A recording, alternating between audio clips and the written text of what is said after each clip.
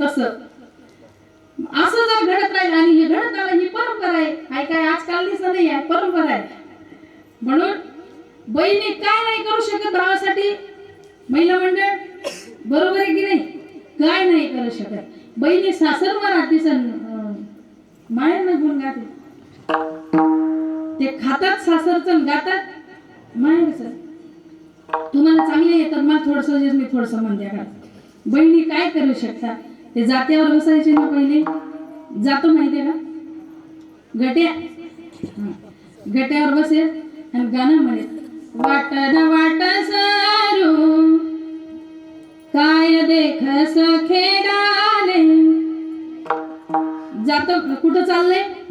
सासर मध्ये. सोना न कुलूप मन भाऊना वाडाले. राहतायत कुठं? सासर मध्ये. गातायत कुठलं? माहेरचं. काय नाही होऊ शकत. होऊ शकतं ना. इकडचं न्यायचं तिकडचं नाव सांगायचं. समजा तिकडच्यांना कुणी बोललं माहेरच्यांना की आपली तै पायनी आग मस्तकले गई म्हणजे गई. कसेही असले तरी सुद्धा फार जीव असतो बहिणींचा भावामध्ये. आणि माहेरचा विषय म्हणजे त्यांच्या अंतःकरणाचा काळजाचा विषय असतो. म्हणून अशा बहिणी आपल्या भावासाठी काही करू शकतात. आणि म्हणून तुम्ही नुसत्या बहिणीच नाही राहिल्या, तुम्ही लाडक्या बहिणी होईल. पावर आहे ना? पावर आहे का नाही? लाडक्या बहिणी काय करू शकतात बरं? लाडक्या बी काय अशा तशा नाही. मुख्यमंत्रीला लाडक्या बहिणी होईल. एका अर्थानं पावर असते महाराज. बरं आता तुम्हाला एवढं सगळं काही जमत नाही म्हणून पगार तुमले चालूच होईल आणि आता चालू होईल. बरं असं का घडलं? अजून एक कारण आहे त्याच्या मागे.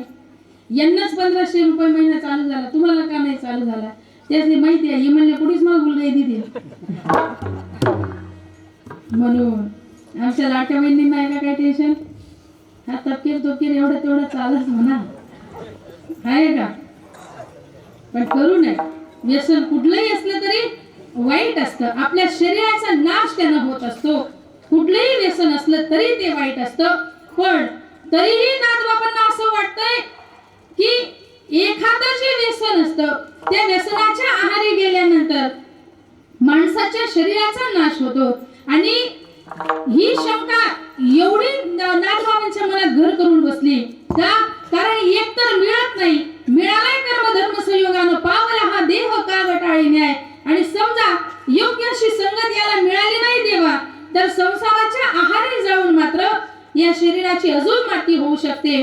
म्हणून श्री संत नाथबाबा भगवंताकडे जातात आणि त्या भगवंताला विनंती करतात, देवा माझं असणारं मन आहे ना व्यसनाकडे नेहमी ओढत असतं. चांगलं जे असतं ना ते मनाला आवडत नाही.